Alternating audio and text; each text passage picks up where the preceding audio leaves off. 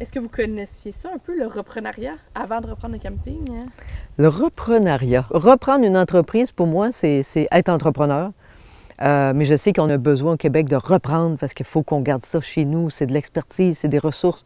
Il faut que ça nous appartienne et que ça continue de nous appartenir. Bonjour, je suis Annick Tardif, vice-présidente chez Tomorrow. Marie-Noëlle Grenier, copropriétaire et présidente de Jambette. Karine Saint-Laurent-Chapdelaine, vice-présidente et propriétaire pour les constructions à l'art. Je m'appelle France Sénécal, je suis nouvellement propriétaire du camping du Lac-Lestat.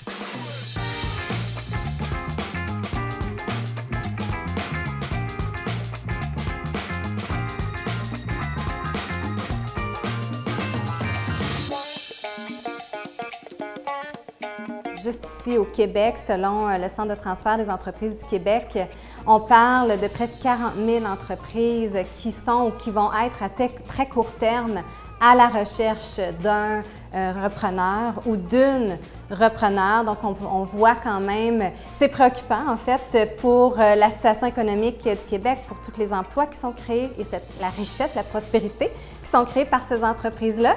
Mais j'ai envie de dire, quelle belle opportunité pour les entrepreneurs en devenir de considérer acheter une entreprise plutôt que d'en partir une du début.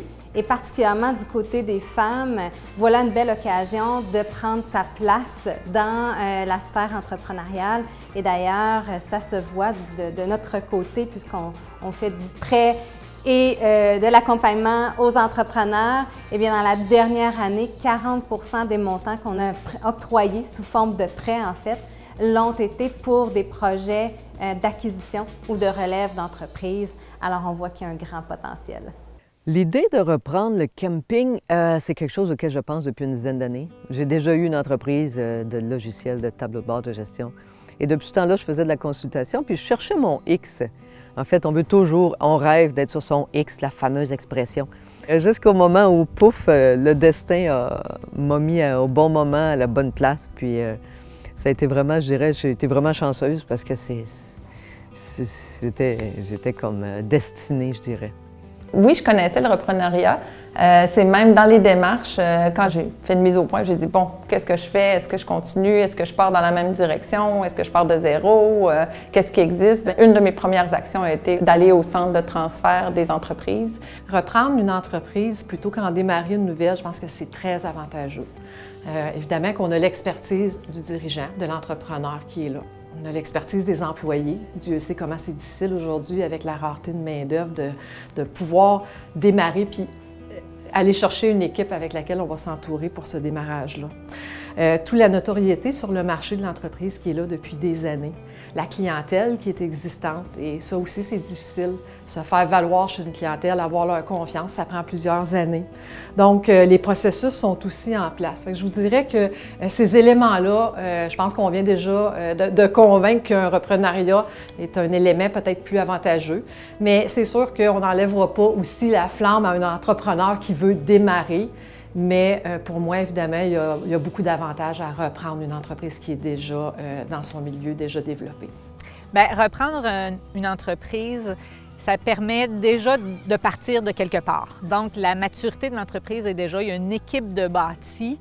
Puis, je pense que les gens, lorsque tu es employé, t'ont connu aussi. Donc, il y a une certaine facilité que l'entreprise est là, existe. Donc, c'est ça qui peut être très intéressant de partir pas de zéro.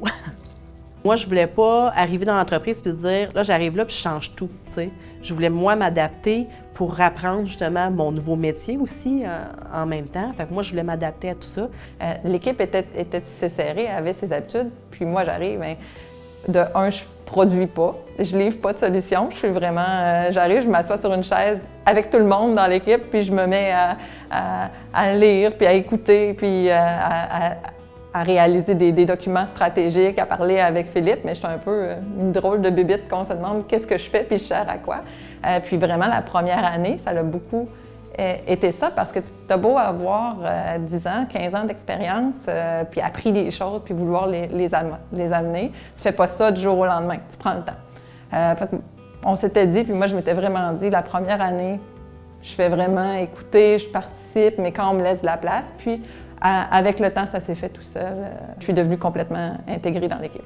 Moi, reprendre une entreprise, c'est très, très important pour moi, puis mes associés aussi ont la même vision, de poursuivre qu'est-ce qui a été commencé. On est chanceux, on a repris, bon, on est chanceux, en fait, on l'a choisi un peu, on a dit oui à ça, mais on a repris une très, très, très belle entreprise qui avait une très belle réputation, avec des valeurs qui fonctionnaient vraiment beaucoup avec nos valeurs à nous.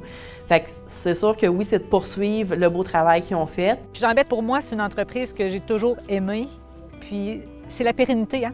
La pérennité de nos entreprises québécoises, je pense qu'elles sont très importantes. Donc, il faut s'assurer qu'il y ait des relèves. Sinon, qu'est-ce qui va arriver? Bien, les propriétaires, quand la journée qu'ils vont vouloir partir, ils vont être obligés de vendre. Vendre à qui? À des étrangers. Je pense que c'est pas ce qu'on veut. Fait que pour moi, c'était d'assurer vraiment la pérennité de l'entreprise. Puis c'était vraiment la question fondamentale à laquelle il fallait répondre pour que Jean-Beth soit encore là demain et après-demain. Le conseil que je pourrais donner à quelqu'un qui voudrait reprendre une entreprise, c'est prends-toi le plus tôt possible parce que le processus est vraiment long.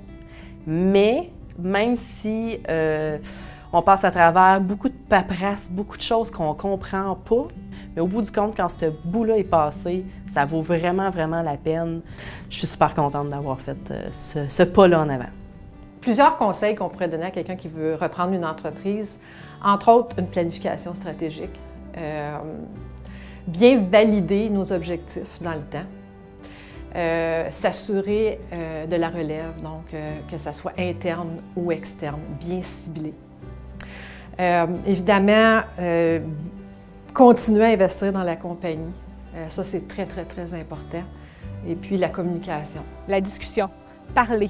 Pas rester avec des non-dits. Il y a plusieurs conseils, plusieurs choses, plusieurs éléments que j'aimerais partager, mais je dirais l'élément numéro 1, c'est de bien s'entourer.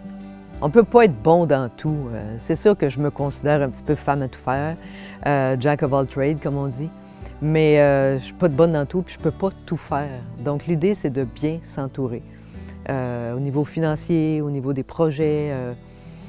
L'accompagnement passe par un organisme comme le Centre de transfert des entreprises. Pourquoi? Parce que c'est un organisme qui est neutre dans la démarche. C'est un organisme qui est là pour accompagner. Aucun intérêt à l'intérieur de cette transaction-là, ce qui est très important de mentionner. Donc, c'est un bon gardien du transfert. Donc, si une personne souhaite acquérir ou prendre la relève d'une entreprise, la première des choses, c'est de le nommer, cogner aux portes et faire des bonnes recherches pour pouvoir trouver quelle entreprise serait à vendre. La deuxième chose, c'est de bien s'entourer. Il y a des organismes comme le CETEC qui existent, des avocats, des comptables, pour vraiment s'assurer d'être bien équipé pour prendre cette relève-là. Le troisième élément, c'est de s'assurer de bien étudier l'entreprise qu'on souhaite acquérir, faire une bonne due diligence pour s'assurer que l'entreprise elle est conforme. Et le quatrième élément, c'est de passer à l'action et de ne pas se laisser intimider par les différentes étapes. Oui, c'est un projet qui peut prendre plusieurs mois avant de se concrétiser, mais ça peut être encore beaucoup plus long que ça, de partir de zéro pour démarrer une entreprise.